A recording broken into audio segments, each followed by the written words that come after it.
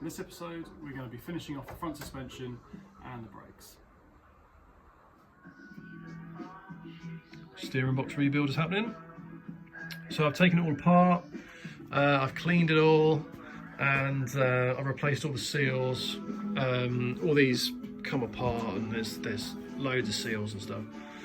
I haven't videoed the whole process because I don't really know what I'm doing, first time I've done it, and there's much better videos on the internet already than I could do. So if you're looking to find out how to do it, then you'd better off searching YouTube for it, to be honest. So I'm just waiting for these. There's some Teflon seals or O-rings that you have to stretch them to get them on, and then they're taking a little while to unstretch themselves. So I'm just waiting for that to happen so I can actually fit the thing back together again. It's, I had to press out some bearings, so there's one in there, and the other one was inside this little beastie here. There's a load of ball bearings. There's quite a few parts to the thing, and you can see the instructions that you get with the kit. They don't actually tell you what to do, they just sort of, yeah, not ideal. Anyway, so the pitman arm is having a little bath there, just cleaning itself up. Let's see what happens when I put this back together. Right, that's the rebuilt steering box. Hope it doesn't leak. So there's a couple of adjustments that you've got to do. First off, you back this out so it's completely not doing anything. And then you tighten this, which is the lash longitudinally. This is where the steering column attaches. So you do that up to 30 or 20 Newton meters, I forget which. And then you back it off half an inch. So I think I've done that. It's not quite where it was in the first place. I did make some marks. It's a little bit tighter, so that's probably about right. Adjusting for some play and things. And then this bad boy here, which is, you tighten this and that's just a lock nut. And what it wants is 7 inch-pounds of tension on that motion. And of course I don't have anything that measures down to 7 inch-pounds. So what I've done is I've done it just sort of finger tight, or so that I can just about feel some tension on it. So we'll see what happens really. I need to wait for some brake clean to turn up so I can degrease it and paint it. And then I'll whack the pitman arm on it and bolt it in the car. I'm quite happy with that. Oh, if it doesn't leak, I'll be very happy with that. Right, that's Mr. Steering Box all painted, refurbed and painted. Quite happy with that. If it doesn't leak, then like I said, I'll be happy. We'll see. So I only seem to have 2 mounting bolts, which are for these front 2 bolt holes. There is a hole for a third one, but I don't seem to have a bolt for it, so I need to find out what the deal with that is. I've also bought a brand new steering shaft, and I've checked the old and new at the same length, but I don't see, something's not right. I've actually pulled this out a little bit, and it just doesn't quite reach. I don't know whether I've got it seated too much in here.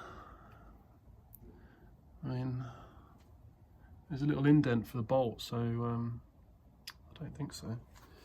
I did check they're the same size, or the same length. The other problem I've got is that I bought a new flex disc with the arm. Of course that doesn't fit, does it? Why would it? Seems to be a bit of a recurring theme, is that you buy something, there's 5 million different options and you don't get the right one. And no one even thinks to ask you what size anything is. So that's annoying. So I'll try and work out what's going on with that. Right, so what I've done is pull this end out a little bit. It can't come out anymore really because, well, partly because it's difficult, and also because that little indent there is where the bolt needs to run. So what I've ended up doing is pulling this side out quite a long way. I had it I had the bolt running in that little groove there. So yeah, there is still quite a lot of, where are we? There we are. There is still a reasonable amount of contact, I think. So don't have to do it. It must have been like that before. Must have been. So I'll torque these bolts up, and I've got the Pitman arm on. I haven't torqued this up yet either. That's got to be 140 Newton meters. So I need to work out how I'm going to do that. Probably dac, and then torque wrench, I expect. Yeah, torque up some ball joints, and that's steering done as it can be for now. Trying to align the subframe. I've got it bolted up relatively loosely. It does move quite a lot if you try. So I bought some 5/8 threaded bar and just rounded off the edge, and that's threaded in nicely on this side. Actually goes into, can you see that? Goes into a, I think, threaded hole, certainly a hole of about the right size in the body. So that's good on that side. On this side though, the hole in the body is massive. See that? Massive. So how you can ever accurately align it with that, I don't know. But anyway, what I've done, I've got some plumb lines down the back, and they're hanging off, you may not be able to see them, but they're hanging off some holes in the rear chassis legs, just in front of the leaf spring bolt holes. And I've got some in the front here. On these, I think these holes are alignment holes as well at the front. And we've got 2 tape measures. It's quite hard to do on your own. And I'm saying that is 262.6. I reckon, thereabouts. On this side, we've got 263, stop.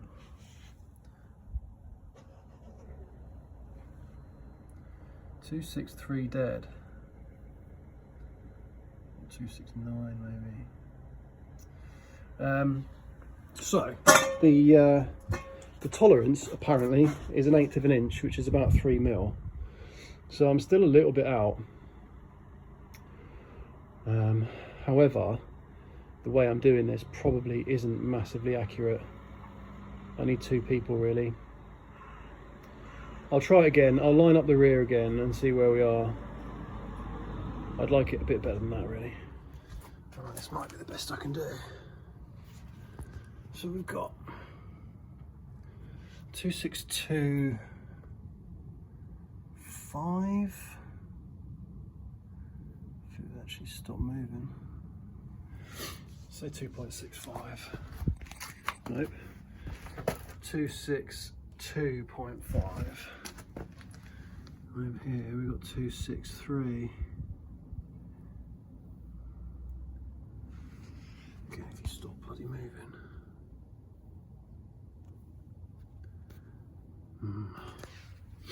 Well, I think that's the best I can do. There's no more movement. I even have to take out the pin on this side to get it that close. So, and there doesn't actually seem to be any more movement. So that's how it's staying for now. Alignment is going to be a different thing for this car, so probably be able to deal with it then if there's still a problem. We'll see.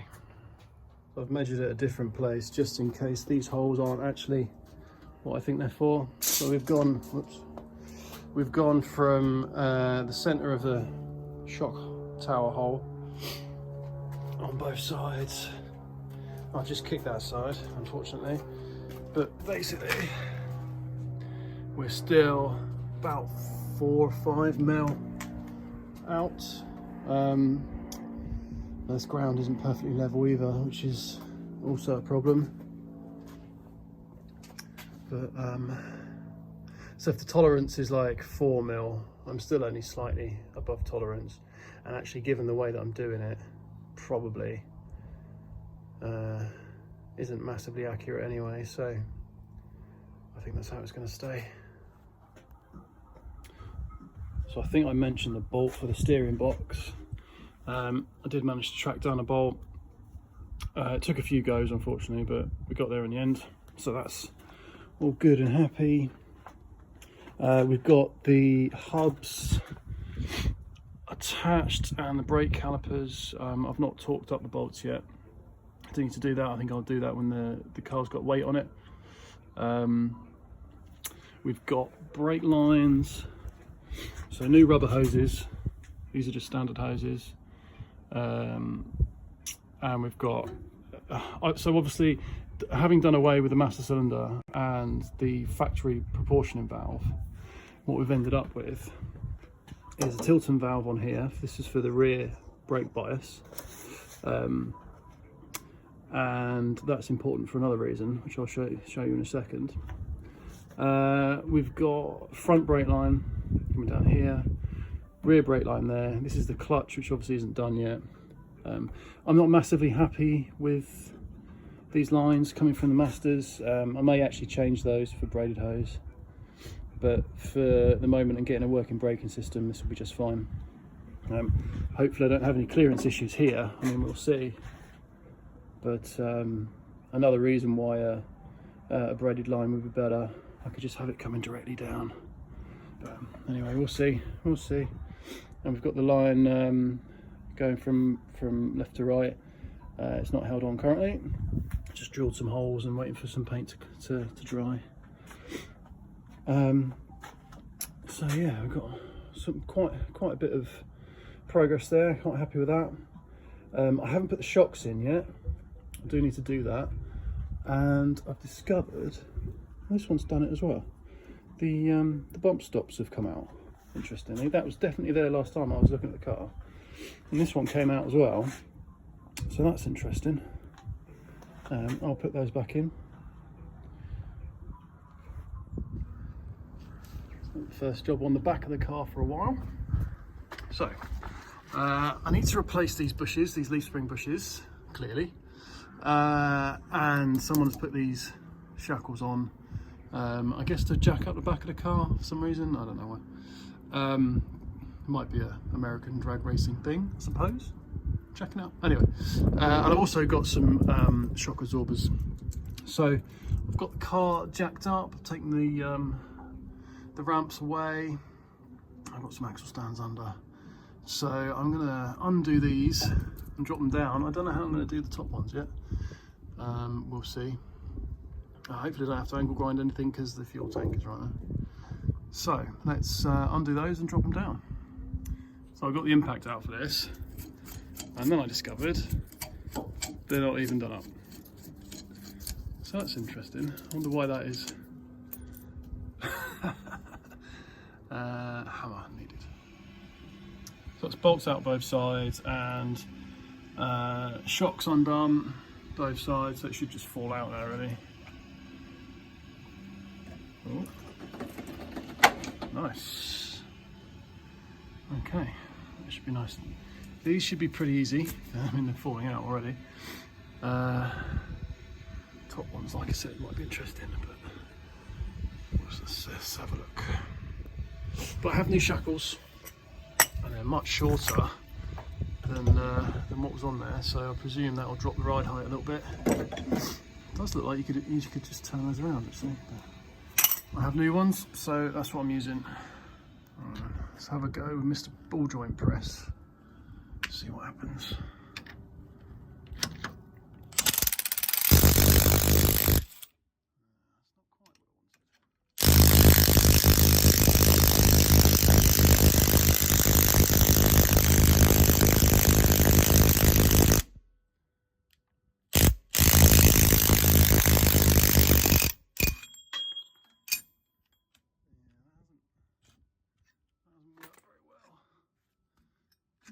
Embedded the press into the now I have two problems.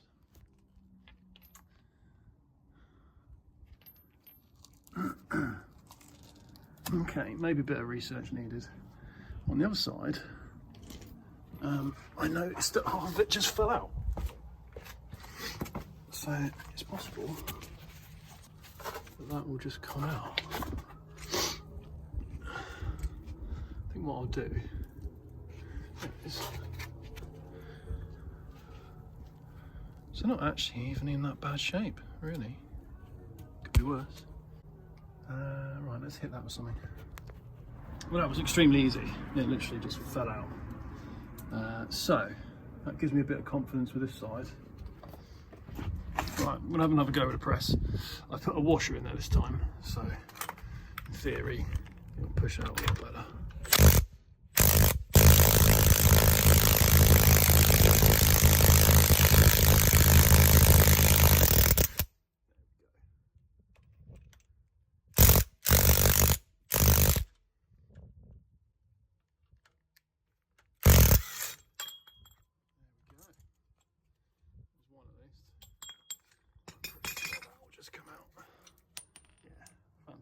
Okay, now it's the top ones.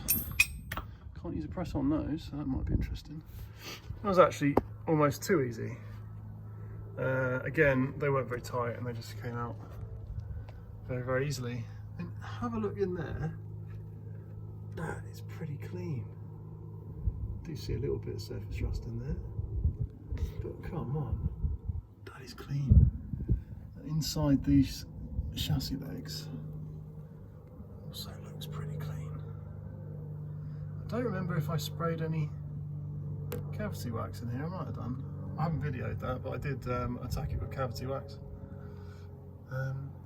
I will spray some in there, definitely, because at the moment it looks pretty good. Quite like to keep it that way. Right, I'll just whack these on, I think, because it's not making good video. Well, these came out a lot easier than I expected. And they actually don't look too bad at all. On the inside anyway, the outside looks pretty knackered. So that's interesting. Is this what working on cars in California is like?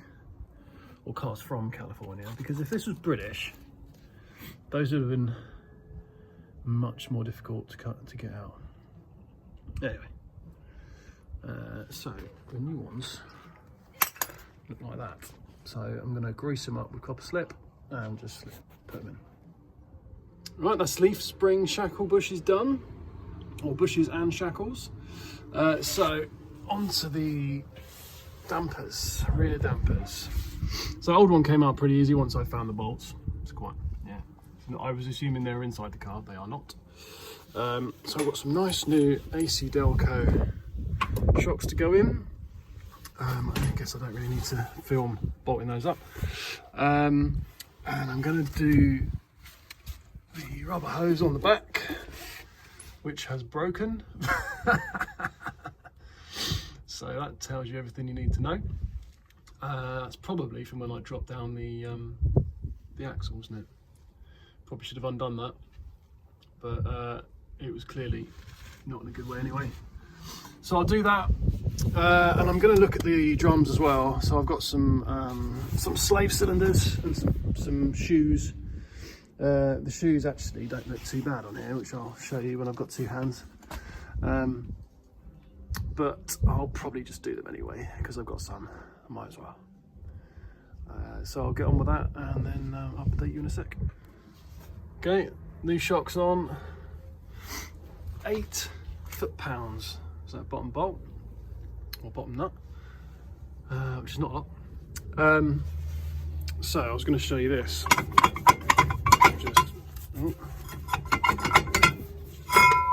Now, you might not think that's anything special, but if you're from England, that never happens. Anyway, so I start stripping. You see how these shoes are actually fine. They're just old. In fact, they're not even. They're barely warm. Anyway, I've got the parts, so I'm going to do them. I'm definitely going to do these slave cylinders because I bet they'll leak. So I'll do that. And I've coated things in all these nuts on the back of there in WD-40, so hopefully they don't fight me too much. Okay. So slave cylinders and shoes replaced. I've not done a complete refurb on these. All I've really done is grease the adjuster, which isn't quite seated properly.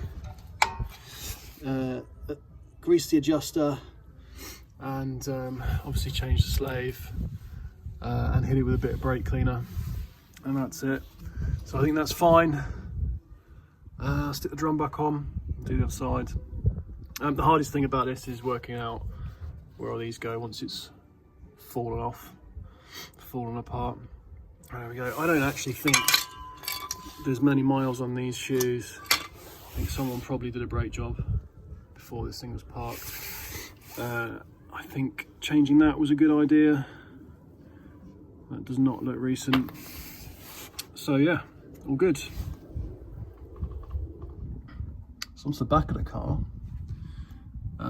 The left to right pipes have been done on the axle. That's all good. I have a problem with the front to back pipe because I've used 3/16 pipe rather than 1/4 inch, which was what was on there before. I don't think that's a problem per se because modern cars all use 3/16, so that should be fine in itself, but it does mean I've got a problem actually connecting it to the factory hose there, so I'm going to have to look into that. I may have to get another hose. That's not the end of the world. Right, I think I found a solution for this hose issue. So that seems to be a fairly standard size hose. It's 7/16 by 24, I think. Fine thread. And if I get a unmodified 7/16 end, goes in there, no problem at all. However, well, you have to take my word for it, can't do it with one hand. However, once it's got the pipe in it, it only really engages by half a thread. It's too difficult to do it in one hand. So what I'm going to have to do is cut the nose off one of the little fittings so that it's just a tiny bit more engagement. No, I don't think that's going to be a problem. I've done it pretty straight and there's not really any difference between the long and the short apart from having more thread engagement. So that's what I'm going to do, and we'll see if it leaks, and if I die horribly then we'll all know why. Right, so that's the new lines all buttoned up. It's best I can do that top one, I'm afraid. That's where it is, and we're all nicely secured all the way down the car, so it's not a terrible job, I don't think. Let me know what you reckon in the comments, I suppose. So we can put some fluid in this now. So a bit more progress has been made on the front end. We've got all the suspension, steering attached, and brake lines plumbed. I have got a bit of an issue with this T-piece here, it's leaking, which is quite annoying. I don't think it's the flare. I redid the flare and it's still doing it, so I'm going to have to redo that. No great drama. Now, I did have a problem over here as well. This, I don't know if I showed you before, but I had another coil like that to help with cooling, but it was leaking. I think I bent it too many times, so I had to cut it off, and I've had to use this union here, which is obviously not ideal, but it's where we are. I could redo the whole line front to back, but I don't really want to. And these are fine. They are absolutely fine. So that's what we've got. So I do need to bleed it. I need a helper for that. I've bled it best I can on my own, but it still pumps up. There's still air in it, so that needs doing. I think that's probably it for the minute. So that'll be it for this video. Thank you very much for watching. If you want to support the build, then there's a link in the description. The next video is going to be starting to get the engine running, or at least getting it turning over, so that'll be exciting.